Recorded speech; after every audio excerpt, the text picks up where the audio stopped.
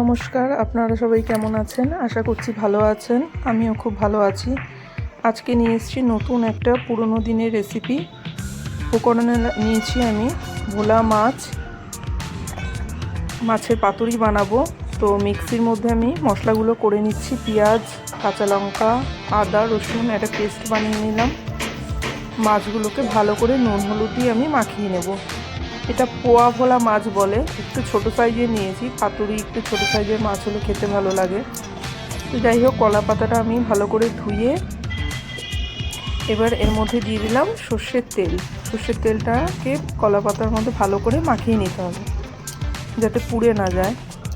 তো ভালো করে মাখিয়ে নিলাম। এরপরে আমি কেটে রাখা সমস্ত কিছু আস্তে আস্তে দেবো। কেটে নিয়েছিলাম পেঁয়াজটাকে প্রথমে দিলাম। তারপরে দিলাম আলু ভাজার থেকে একটু বড় সাইজ করে কেটেছি আলুগুলো।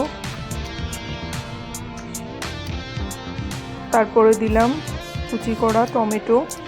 আমি এখানে 2টো টমেটো নিয়েছি, একটা দিলাম, আরেকটা পরে দেব। পেস্ট করা মশলাটা দিয়ে দিলাম।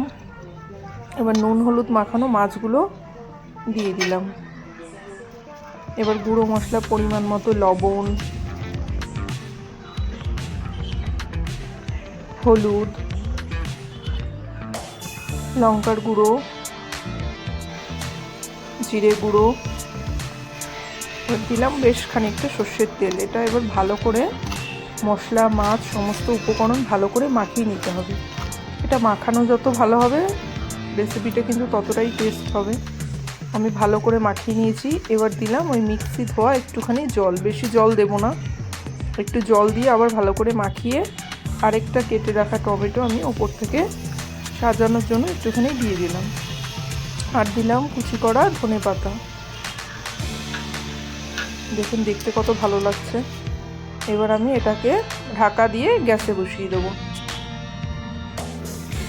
গ্যাসে বসিয়ে কিছুক্ষণ পরে আমি এটা ঢাকাটা নামিয়ে একটু খুলে দেখলাম এটা কেমন হচ্ছে। ফুটে গেছে অল্প অল্প করে। আবার ঢাকা চাপা দিয়ে দেবো। এরকম করে কিন্তু মাঝে মাঝে একটু করে দেখতে হবে। এটা নাড়া দেওয়া যাবে না, উপর থেকে একটু দেখে নিতে হবে যে ফুটে গেছে। আমি আবার ঢাকা দিয়ে দেবো। কিন্তু মাছটা আমার হয়ে গেছে। এরকমভাবে একদিন বাড়িতে বানিয়ে খাবেন, সবাই কিন্তু খুব প্রশংসা করবেন। রেসিপিটা কিন্তু খেতে খুব ভালো হয়। কেমন লাগলো অবশ্যই আমাকে জানাবেন কমেন্ট করে। ভালো লাগলে লাইক করবেন, শেয়ার করবেন।